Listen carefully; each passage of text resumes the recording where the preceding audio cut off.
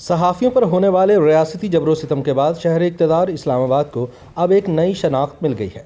अगर कराची रोशनियों का शहर है, लाहौर जिंदा दिलों का शहर है, पेशावर फूलों का शहर है, तो इस्लामाबाद की शनाख्त इसके दलेर सहाफ़ी हैं।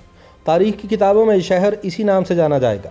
याद रहे कि फ्रीडम नेटवर्क के मुताबिक पाकिस्तान में सन 2020-21 के दौरान सहाफ़ियों पर सबसे ज़्यादा हमले इस्लामाबाद में हुए हैं। अपने ताज़ा सियासी तज्ज़िये में मुल्क की मौजूदा सूरत हाल का जायज़ा लेते हुए सीनियर सहाफ़ी तज्ज़ियाकार अम्मार मसूद कहते हैं कि यह कहना दुरुस्त नहीं कि दूसरे शहरों और सूबों में सहाफ़ियों ने इस दौरे तारीख़ में हक़ की शमा रोशन नहीं की। हर सूबे में, हर शहर में कुछ सच बोलने वाले ज़िंदा हैं।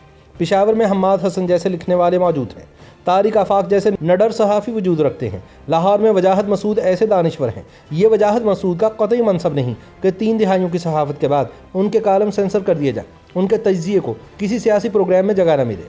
ये मीडिया बोनों का मीडिया है। यहाँ किसी बड़े कदकाट के दानिश्वर की कतन गुंजाइश नहीं। इसके बाद रज़ी दादा और इमरान शफकत बिना किसी खौफ के हक़ की बात करते रहे हैं, लेकिन जो आफतें इस्लामाबाद के सहाफ़ियों पर इस दौर में पड़ी, उनकी मिसाल ढूंढना मुश्किल है। अम्मार मसूद के मुताबिक हामिद मीर के कैपिटल टॉक को देखकर सियासतदान सियासत सीखते थे। अहले मर्तबा अपनी हैसियत को जानते थे, कल क्या होना है इसका पता लगाते थे, उनके कॉलम से रहनुमाई लेते थे। अब हामिद मीर गोलियों से अपना बदन छलनी करवा चुके हैं, फिर भी सच कहने का लपका है। 1-2 मिनट की तकरीर के जुर्म में उनका प्रोग्राम बंद हुआ, लेकिन ये भी गनीमत है। यहाँ तो प्रोग्राम बंद करने पर इक्तफा नहीं किया जाता, सांसें भी छीन ली जाती हैं।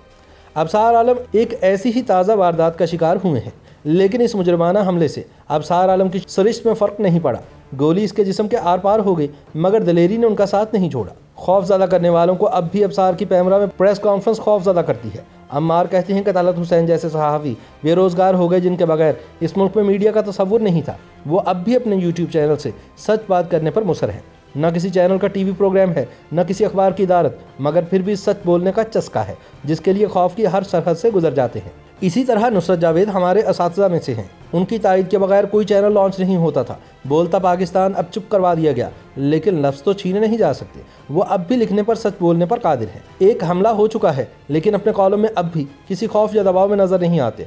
अब भी खबर की तलाश उनका महबूब मशगला है। अम्मार याद दिलाते हैं कि मोतीउल्लाह जान अगवा हुए मगर बाज नहीं आए। सवाल करने से उन्हें कोई रोक नहीं सकता, सच बोलते कोई टोक नहीं सकता। मोतीउल्लाह जान अगवा हुए, मार खाई, नौकरी से गए, प्रोग्राम बंद हुआ, मगर अब भी अपनी हट पर कायम है। अपने यूट्यूब चैनल से वो राज अफशा करते हैं जो कहते जुबान डरती है। इसी तरह अहमद नूरानी पर हमला हुआ, लोहे की रॉडों से पीटा गया, जान मुश्किल से बची, इल्ज़ामात लगाए गए, किरदारकशी की गई, नौकरी गई, शदीद तकलीफ दे मारी हालात देखे, मुल्क छोड़ना पड़ा, लेकिन बाज नहीं आए। दयारे गैर में एक पापा जॉन्स की खबर दी और मुल्क की 70 बरस की सियासत, तारीख और सोच बदल दी। अम्मार मसूद के मुताबिक उमर चीमा भी बहुत पहले रियासती जुल्म का शिकार हो चुके हैं। मारपीट हुई, अगवा किया गया, जख्मी हालत में रात के वक्त मोटरवे पर छोड़ दिया गया। हर वक्त नौकरी का खदशा दरपेश है, हर कदम पर जान का खतरा दरपेश है, मगर झूठ बोलने से कासिर है। अब भी अपनी रिपोर्टिंग से आग लगा देते हैं, ऐवान हिला देते हैं। अम्मार कहते हैं कि अब असद तूर ताज़ा वारदात का शिकार हुए हैं। इन पर घर में घुसकर हमला किया गया। इरादा ये था कि इनकी कोहनियाँ तोड़ दी जाएं कि हाथ लिखने से माजूर हो जाएं।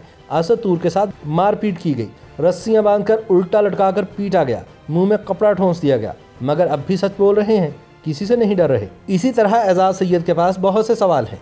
इन सवालात की पादाश में हमला करवा चुके हैं, धमकियाँ सह चुके हैं, लेकिन आज भी बड़े बड़े फिरौन इनके सवाल की कुव्वत से कांपते हैं। मुर्तज़ा सुलंगी जैसे तजुर्बाकार लोग बेरोज़गार हैं। बेरोज़गारी इनकी जमहूरी सोच की राह में हायल नहीं है। वो डटकर बात करते हैं, खुलकर लिखते हैं। अंबर शमसी ने भी सच बोलने से तौबा नहीं की। इनको प्रोग्राम से बेदखल कर दिया गया। वो चाहती तो दरबारी टोले में शामिल हो सकती थीं, मगर उन्होंने सच पर समझौता नहीं किया और अब घर बैठे इसका नतीजा भी फ़ख्र से भुगत रही हैं। अम्मार मसूद के मुताबिक रियासती जबरो सितम की इन दास्तानों के बाद इस्लामाबाद शहर को अब शनाख्त मिल गई है। अगर कराची रोशनियों का शहर है, लाहौर जिंदा दिलान का शहर है, पेशावर फूलों का शहर है, तो इस्लामाबाद की शनाख्त इसके दलेर सहाफ़ी हैं। तारीख़ की किताबों में शहर इसी नाम से जाना जाएगा। अपने सहाफ़ियों के बदन पर लगने वाले जख्मों के हवाले से पहचाना जाएगा। इनके बदन में पेवस्त गोलियों के हवाले से इसकी शनाख्त होगी। इनकी बेरोज़गारी के दिनों में जद्दोजहद इस शहर की पहचान होगी। जिनके अल्फाज वक़्त नहीं पाते, जिन पर हमले होते हैं, जिनको धमकियाँ मिलती हैं, जिनको नौकरी नहीं मिलती, जिनकी तस्हीक की जाती है, उनका तज़किरा तारीख़ की किताबों में होगा। YouTube पर गूगली न्यूज देखने के लिए youtube.com की सर्च बार में गूगली न्यूज टीवी टाइप करें। गूगली न्यूज के पेज पर सुर्ख रंग के सब्सक्रिप्शन वाले बटन पर क्लिक करना ना भूलिए। YouTube पेज पर अपलोड होने वाली वीडियोस से बाखबर रहने के लिए बेल आइकन पर क्लिक कीजिए। आपको हर नई वीडियो के बारे में नोटिफिकेशन मौसूल हो जाएगा।